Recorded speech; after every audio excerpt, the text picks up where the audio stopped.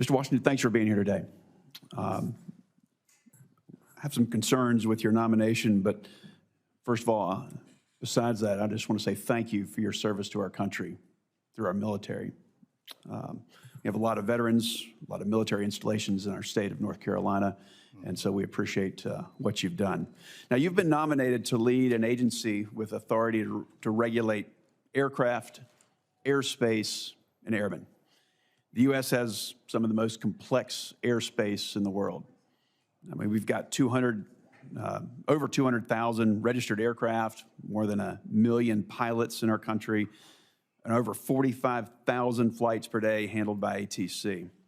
Now, with recent issues under the Biden administration, from the flight disruptions over Christmas, the NOTAM, or the Notice to Air Missions ground stop, and the recent near miss incidents in New York, Texas, and just yesterday in Boston, my colleagues and I were concerned about the many or several parts of your background and your lack of aviation experience. Now, there's many new regulations that the FAA has issued or is in process of developing. Here's one, for instance. The FAA is spending billions of dollars on its next-gen program, as you're aware, to modernize the national airspace system. A key part of this update is moving towards GPS navigation for pilots and ATC. Now, as part of this transition, the FAA recently required airplanes to be equipped with an ADS-B transponder. So, Mr. Washington, can you quickly tell me what airspace requires an ADS-B transponder? Quickly, please. Thank you for the question, Senator. Not sure I can answer that question right now. That's okay. We'll just keep going. So that's a pretty important part. Mm-hmm. But another question. You've said that your national security background, and again, I appreciate your military experience there, but you say that's prepared you for this role. Okay. The FAA has classified airspace to meet the needs of airports, air traffic, and also national security. The FAA has also designated special use airspace over DoD bases critical to national security. So what are the 6 types of special use airspace that protect this national security that appear on FAA charts? Quickly, please. Sorry, Senator, I cannot answer that question. Okay, we'll just keep going, so thank you. Sure. Since World War II, the FAA has required pilots to have a valid medical certificate. I've got one. In recent years, the FAA has relaxed these standards through the introduction of the Sport Pilot Certificate and also Basic Med. It's been a great success. More than 70,000 pilots in the last 6 years have used Basic Med to maintain their flying privileges. So what are the limits? It comes with some limitations. So what are the operational limitations of a pilot flying under Basic Med? Well, thank you for the question, Senator. I'm not a pilot, so... But obviously you'd oversee the Federal Aviation Administration. So any idea what those restrictions are under Basic Med, quickly? Well, some of the restrictions, I think, would be high blood pressure.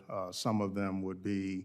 It's more like how many passengers per airplane, how many pounds in different categories, and what altitude you can fly under. So, and then amount of knots. It's under 250 knots. So it's not having anything to do with blood pressure. So let's keep going here.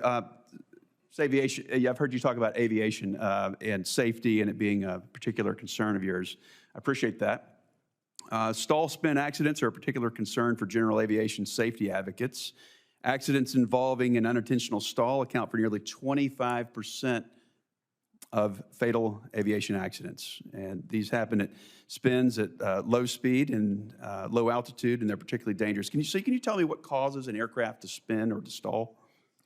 Again, Senator, I'm not a pilot, but I would lean on our career employees and our safety folks within the FAA.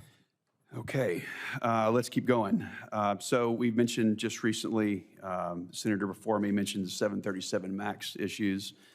So there are many questions surrounding the FAA's aircraft certification process. Mm-hmm. 2 years ago, Congress passed a major reform package to address these concerns. It's now up to FAA to implement these laws by issuing regulations and monitoring compliance.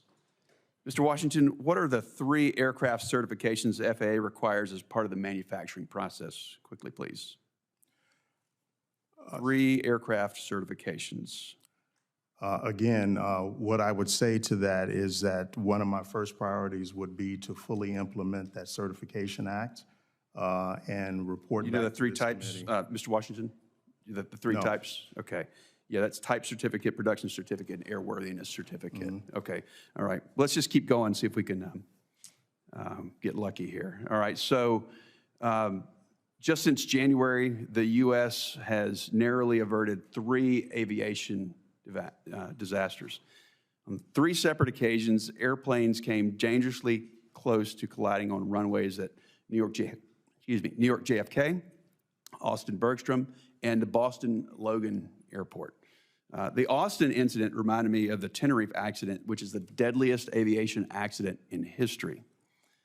Both the incident at Tenerife and Austin involved 2 planes on a runway in dense fog. The FAA's ATC procedures manual has separation standards. Now, I know you run a big airport, so you should probably know this one here.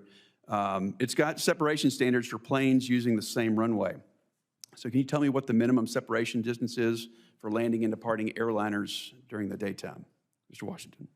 I don't want to guess on that, Senator, Okay. but All it would be easy for me to find out. Thank you. You know, the FAA is woefully behind on integrating unmanned aircraft standards, but are you familiar with the difference between Part 107 and Part 44809 when it comes to unmanned aerial standards? Unmanned like drones, are you familiar with the difference? Yes. Okay, you know the difference between those 2, Part 44809 and Part 107? Do you know the difference there?